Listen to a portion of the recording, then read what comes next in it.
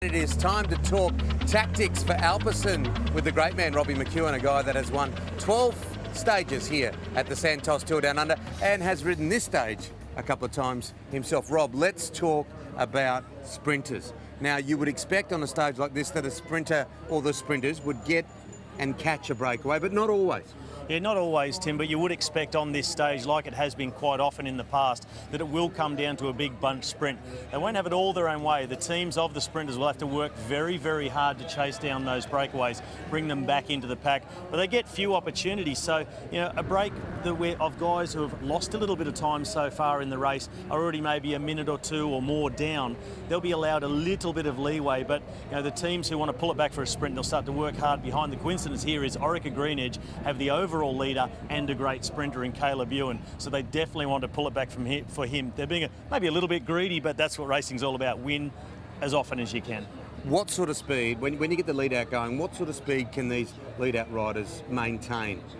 Well, on this one today, it's not quite that open road all the way into the finish. It's a little bit technical, so the speeds might be a little bit lower in the actual sprint lead-out. We've got a number of left and right corners, a couple of roundabouts on the way in. But the last couple of lead-out riders, they'll be towing their sprinter up into position, and through those last couple of kilometres, they'll be holding that speed at around 60 kilometres an hour. As we get closer in towards the line, and it really starts to line out, the riders, they get faster and faster. The second last and the last lead-out man, they'll be building that speed up through 65 kilometres an hour with their number one guy in the wheel, and he's waiting for that right moment and to launch his sprint to the line. And that's the key, isn't it? You say it's a game of chess on wheels.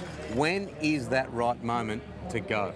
Well, that's the thing. You've got to go in with a plan A, B, C, D, and etc. Probably all the way down halfway through the alphabet, because so much can happen. The general plan is that the sprinter will go from around the 200 metre mark. He'll stay tucked in the slipstream of his sprint lead-out man. You see Andre Greipel in the white in the picture here, waiting for the moment. He's actually looking over the shoulder, gauging what the others are doing. And you've also got to ride a little bit off what the others do. When they decide to go, it's your moment to go. If someone hits out early, you've got to react to that. So you've got a basic plan, but you've always got to be able to change that.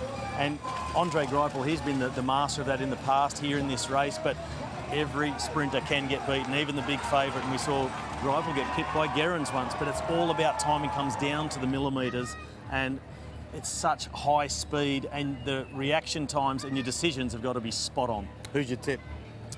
Down here today, I think we can't go past McEwen. He's been dominant so far, but I spoke this morning to the Italian rider Giacomo Nizzolo from the Trek Segafredo team, Jack Bobridge's teammate. He really likes this course. He likes that tough little climb in the final 20 kilometres, and he is desperate to get a stage. When he's had all the second place over the last 12 months, he told me he wants this one. Yeah, we'll look forward to that finish. Look, we have had a lot of reaction globally to the heart rates and the wattages that we've been putting up. Yeah, and it's been really good reactions. I think people, as they start to understand what that's all about, the wattages and what it takes, but all you've got to do is go and get on your bike or get a power meter and have a go, and you'll start to appreciate the sort of power these guys are putting out, but definitely moving faster than city traffic. Yes, my word. Always good to talk tactics with Robbie McEwen for Alpecin.